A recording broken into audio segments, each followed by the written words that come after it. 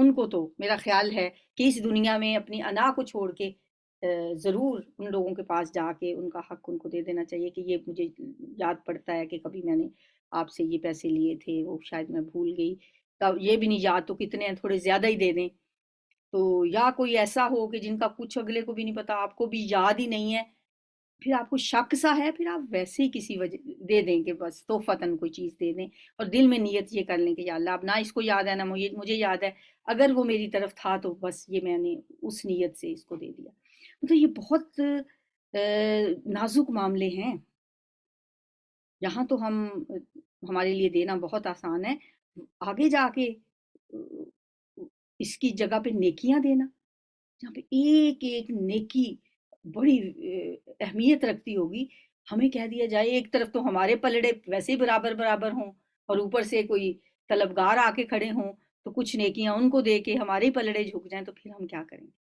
تو اس لیے یہاں کے حق یہیں پہ نمٹا لینے چاہیے۔ فَإِنْ كَانَتْ مَالًا أَوْ نَحْوَةٌ ہے یا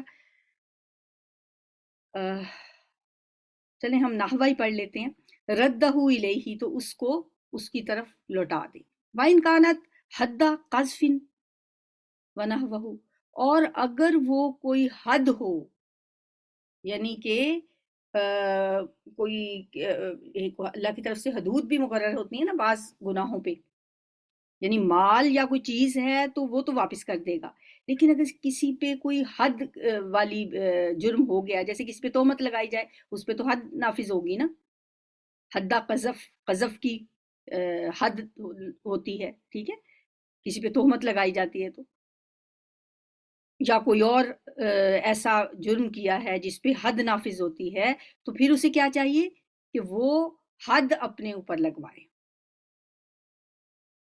مَكَّنَهُ مِنْهُ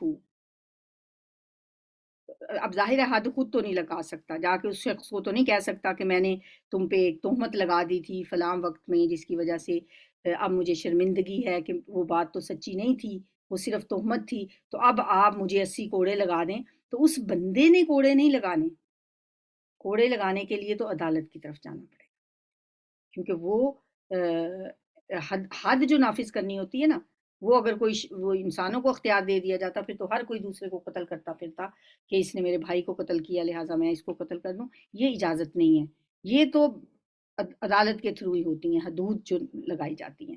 تو اب کسی نے اگر تہمت لگائی ہے جھوٹی، اب اس کو اس کا احساس ہو گیا ہے، تو اب اس شخص کے پاس جا کے وہ حد کیسے لگوائے گا؟ ہمارے ملک میں تو یہ حدود آرڈیننس جو ہیں ان پہ کوئی عمل ہی نہیں ہوتا، یا اس سے معافی طلب کر لے،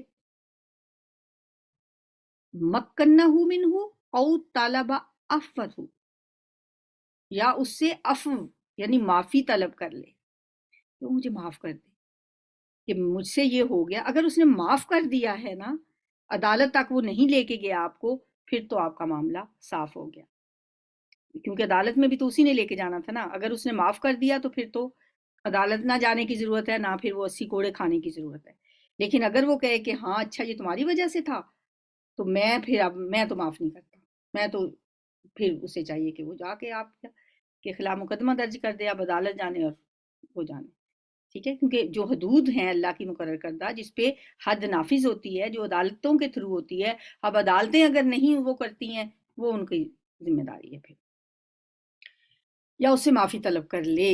وَإِنْ كَانَتْ غِيبَةً اور اگر وہ کوئی غیبت تھی، جو کہ ہمارا ہر دن رات کا کام، ہم اسے تو خیر گناہ ہی نہیں سمجھتے، غیبت کو تو ہم گناہ سمجھتے نہیں ہیں، صبح آنکھ کھلتی ہے تو ہمارے دن کا آغاز ہی غیبت سے ہوتا ہے، اللہ تعالیٰ ہمیں معاف کرے، لیکن اللہ تعالیٰ کے معاف کرنے سے یہ معاف ہونے والا گناہ ہے نہیں۔ اب یہاں ہمیں پتہ چل گیا اگر کسی کی غیبت کی ہے وَإِنْ كَانَتْ غِيبَةً تو پھر کیا کرے؟ اسْتَخَلَّهُ مِنْهَا اس سے بھی خلاصی حاصل کرے، اس سے جا کے خلاصی کیسے حاصل ہوگی؟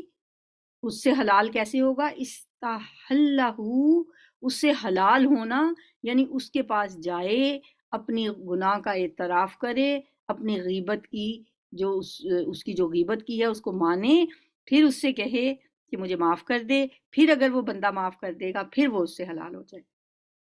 استحلہ منہا اللہ سے معافی مانگنا، اس پہ شرمسار ہونا، وہ گناہ دوبارہ نہ کرنے کا ارادہ کرنا، یہ تینوں تو کر بھی لے گا، جب تک یہ چوتھی شرط پوری نہیں کرے گا کہ اس بندے کے پاس جا کے اس غیبت کی معافی نہیں مانگے گا تو اس کی توبہ درست نہیں ہوگی۔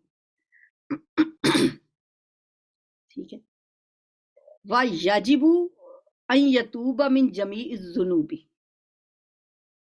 اگر کسی کی غیبت کے تو اسے معاف کروائی، یہ تو ہو گیا، یہاں تک یہ بات ختم ہو گئی، استحلہ ہوا منہا، اسے معاف۔ اب یہاں پہ اگلی بات شروع ہو رہی ہے جو امام نووی فرما رہے ہیں کہ اگر وَيَجِبُ أَن يَتُوبَ مِن جَمِيعِ الذُّنُوبِ، کہ یہ بات واجب ہے، یعنی علماء یہ بھی کہتے ہیں کہ یہ بات واجب ہے کہ توبہ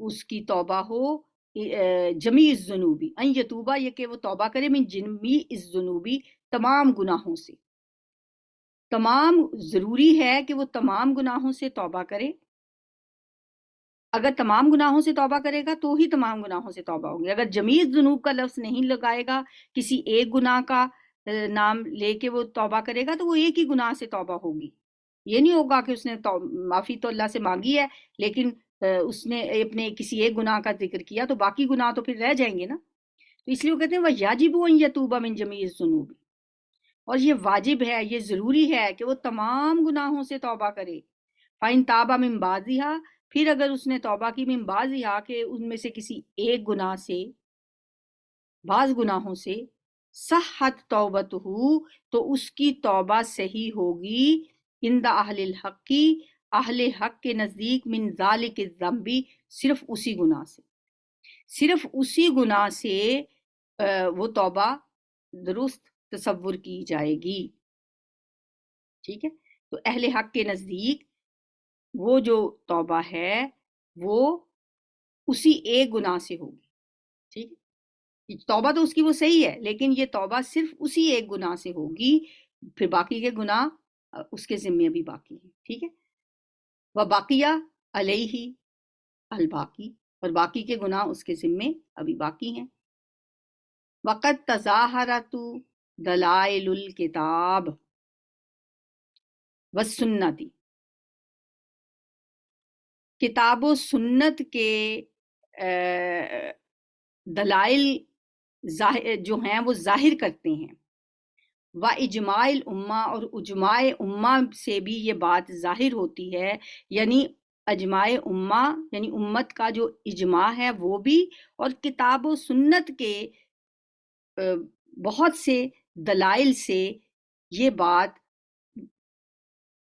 واجب ہوتی ہے، یعنی توبہ کے واجب ہونے پر کتاب و سنت کے دلائل اور امت کا اجماع یہی بات کہتا ہے، ٹھیک ہے، کہ اگر اس نے ایک گناہ سے توبہ کی ہے تو اس کا ایک ہی گناہ سے وہ توبہ کنسیڈر ہوگی، اور اگر وہ سارے گناہوں سے توبہ کرتا ہے تو پھر اس کے سارے گناہوں سے وہ توبہ مانی جائے گی، ٹھیک ہے، اس لیے کتنی پیاری دعا اللہ کے نبی نے ہمیں سکھائی ہے جو کہ ہم سجدے میں بھی مانگ سکتے ہیں، اللہم اغفر لی ذنبی کلہ،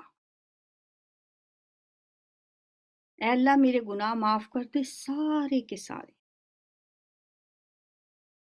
اللہم اغفر لی ذنبی کلہ دقہ و جلہ، وہ گناہ چھوٹے ہوں یا بڑے، وعلانیتہ و سرہ، وہ میں نے علانیہ کیے ہوں یا چھپا کے کیے ہوں، اللہم اغفر لی ذنبی کلہ دقہ و جلہ، ہاں ایک میں چھوڑ گئی بیچ میں، وَأَوَّلَهُ وَآخِرَهُ، وہ میں نے پہلے کیے ہوں یا بعد میں کیے ہوں، علانیتہ و سرہ، وہ میں نے اعلانیہ کیے ہوں یا چھپا کے کیے ہوں،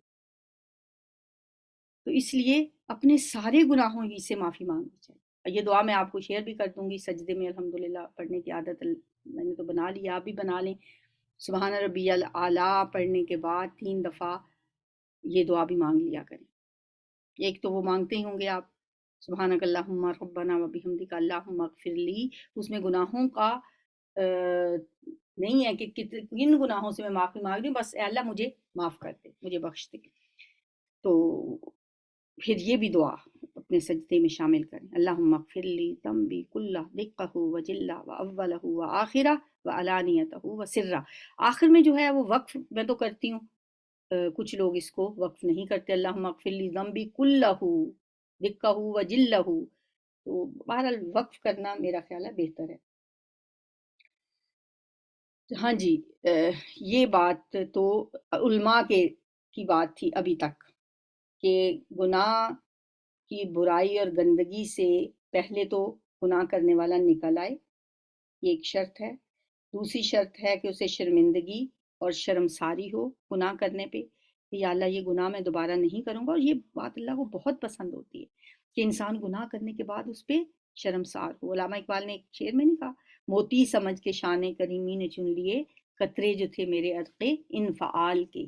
وہ جو شرمندگی کے میرے آنسوؤں کے قطرے تھے، شان رحیمی نے موتی سمجھ کے انہیں چن لیا.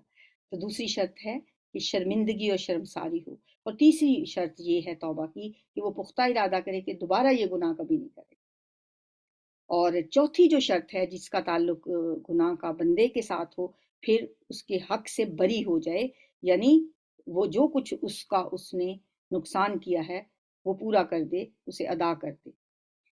اور یہ تو پتہ چل گیا ہمیں کہ توبہ کیسے کی جاتی ہے.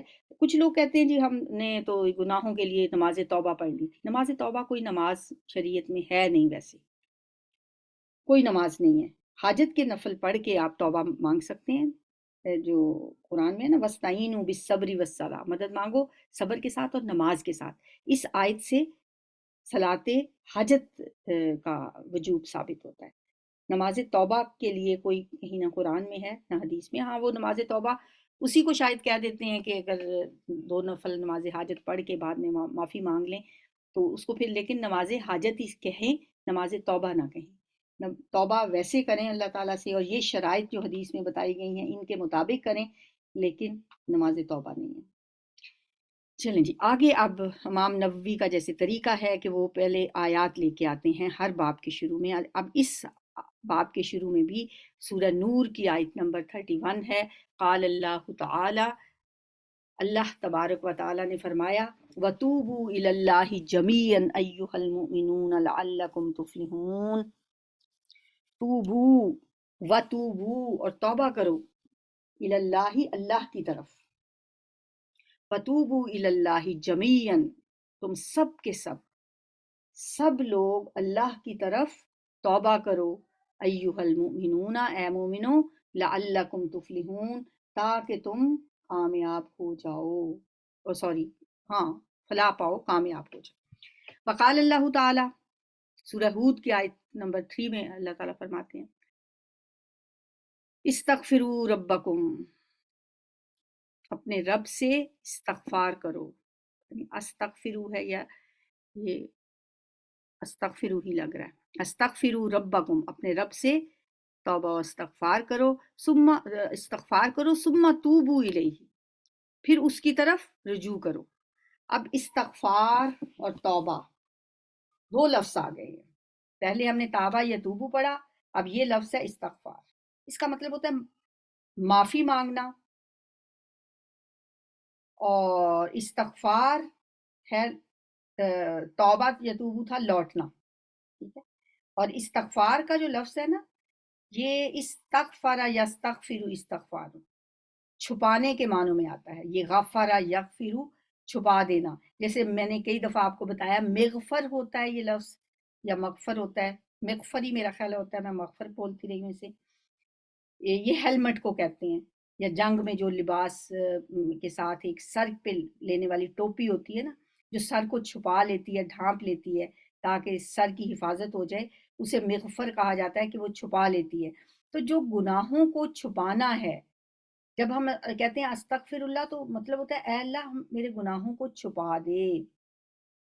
توبہ کا مطلب ہوتا ہے اللہ کی طرف لوٹنا، رجوع کرنا، اور استغفار کا مطلب ہوتا ہے معافی مانگنا. صرف اگر ہم استغفار کرتے رہیں، معافی مانگتے رہیں، توبہ نہ کریں، تو پھر تو یہی مطلب ہے کہ گناہ کرتے بھی چلے جائیں، معافیاں مانگتے بھی چلے جائیں، لیکن واپس اللہ کی طرف نہ لوٹیں، اس گناہ کو چھوڑ کے نہ آئیں. اس لیے دونوں چیزیں ضروری ہیں کہ انسان اس گناہ کو چھوڑ آئے. اللہ کی طرف لوٹ آئے، توبہ کرے اور اپنا جو گناہ کیا ہے اس کو معافی مانگ. اب اگر ہم کہیں اللہ سے یا اللہ میرے گناہوں کو ڈھانپ لے، مجھے معاف کر دے، لیکن توبہ نہ کریں، لوٹ کے نہ آئیں، گناہوں کو چھوڑ کے نہ آئیں، تو پھر تو کوئی فائدہ نہیں. یہ دونوں کام ہونے چاہیے، مغفرت بھی مانگیں اللہ سے، استغفار بھی کریں، توبہ بھی کریں. اللہ سے مغفرت طلب بھی کرو، ثم توبوا الیہ، اور اس کی طرف رجوع بھی کرو. اب یہاں سے توبہ کا بیان میں ایک تیسری آیت ہے، سورہ تحریم کی آیت نمبر 8. وقال اللہ تعالی یا ایھا الذین آمنوا توبوا الی اللہ توبۃ نصوحا، اے ایمان والو توبہ کرو اللہ کی طرف توبۃ نصوحا. توبۃ النصوح، نصوح کا لفظ جو ہے نا، نصحہ نصیحت خیر خواہی کو کہتے ہیں.